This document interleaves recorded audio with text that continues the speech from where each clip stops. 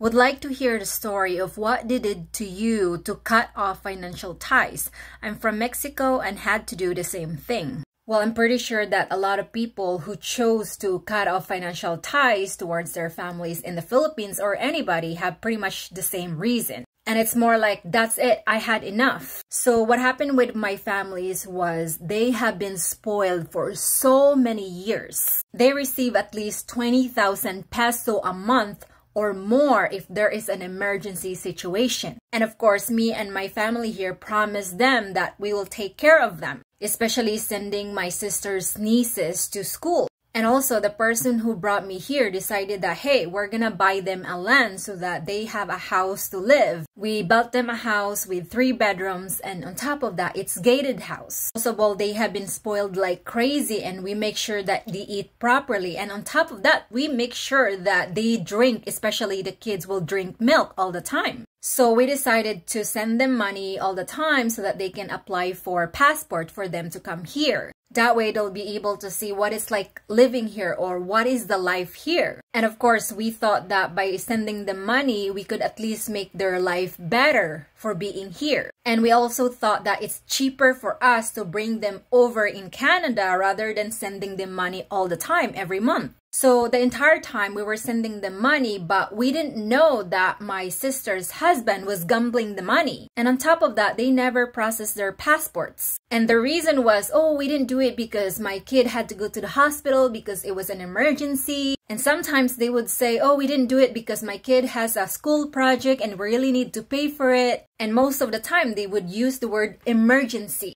Oh, my kid has a fever, we had to take them to emergency. So because it's emergency, we had to let it go. We had to forgive them because we understand what it's like being sick in the Philippines, especially when you don't have money for the hospitalization. And for all we know, we find out from the other neighbor, hey, by the way, your family went for a trip. I was like, oh, I thought they went to the hospital. And whenever we confront them in regards to lying about the money as an emergency, they would get so mad. And instead of us being mad to them, they make sure that they are mad to us. And then we would be like, okay, I'm really sorry, fine, okay, forget about it. At the end of the day, we thought, or I thought that at least my life is better here compared to their life in the Philippines. For so many years, we have been sending them money for school, for passport, for tuition fees, for food, etc. Their lies, guilt-tripping, manipulation, we forgive them because, again, they are family. And there was a time that my family here decided to, hey, maybe we give you some money for business so that you guys can start your own business.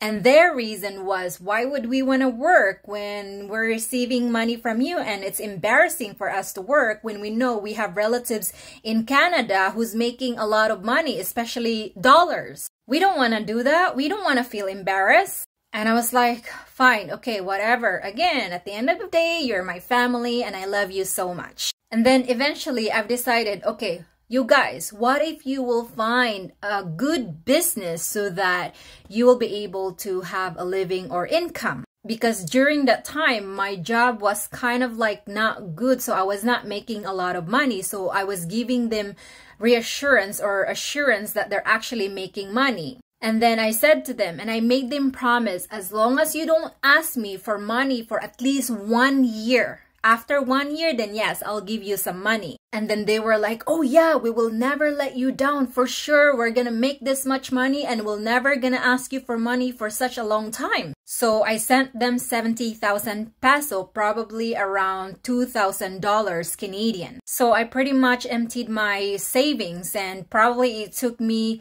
months to save the money. And then 3 months later, they demand for money. Oh, by the way, the business is successful. However, we need some sort of transportation. It's about maybe 100 grand. I was like, you gotta be kidding me, right? But then again, they had to twist it that instead of me getting mad, they're the one who's getting mad at me. And once again, I felt bad for them, so I forgive them. I give them another 20,000 peso. I was like, okay, here you go. Here's the money. Here, use that for whatever reason you need to use it. And after 2 months, they demanded me, by the way, we need more money. If you really want this business to be successful, you need to give money. And I was like, wait a minute, this is not right anymore. Anyway, to make the story short, that was one of the reasons why I had to cut them off. There's way more story to it that they did that I would rather not say it here because it's very sensitive. 2005, when I came to Canada, that's when I started helping them out.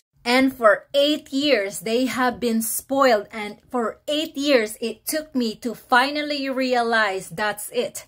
I had enough. I need to respect myself, because if I don't respect myself, why would they want to respect me? So since 2013, that's when I stopped sending them money. So what is it now? It's 2023. And I'm super happy and I have no guilt at all. They hurt me so much that all those pain, it exploded until I finally realized that's it. I had enough.